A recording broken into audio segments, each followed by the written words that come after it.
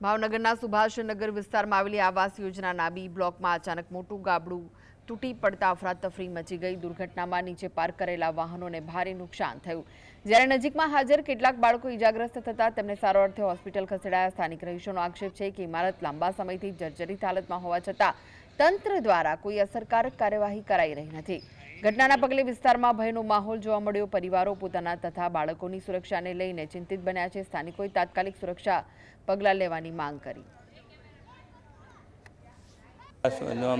ગાબડું પડ્યું છે, રાતે હાનાની થઈ છે, દવાખાને લઈ ગયા છે। ઘણા ટાઈમથી આ જર્જરેલું છે, કંઈ ધ્યાન દેતા નથી। બ્લોક છે અને આ બ્લોકમાં બધું જર્જરિયાત થઈ ગયેલું છે અને અત્યારે મારી ગાડીને નુકસાન થયું છે। કાલે અહીંયા માણસો ઉપર હતા એમની ઉપર પડ્યું છે, એમને હોસ્પિટલ દાખલ કર્યા છે। આ બધું જર્જરિયાત થઈ ગયેલું છે। તો અમે ઘણી દાડ રજૂઆત કરી છતાં એનો કાંઈ નિર્ણય આવ્યો નથી।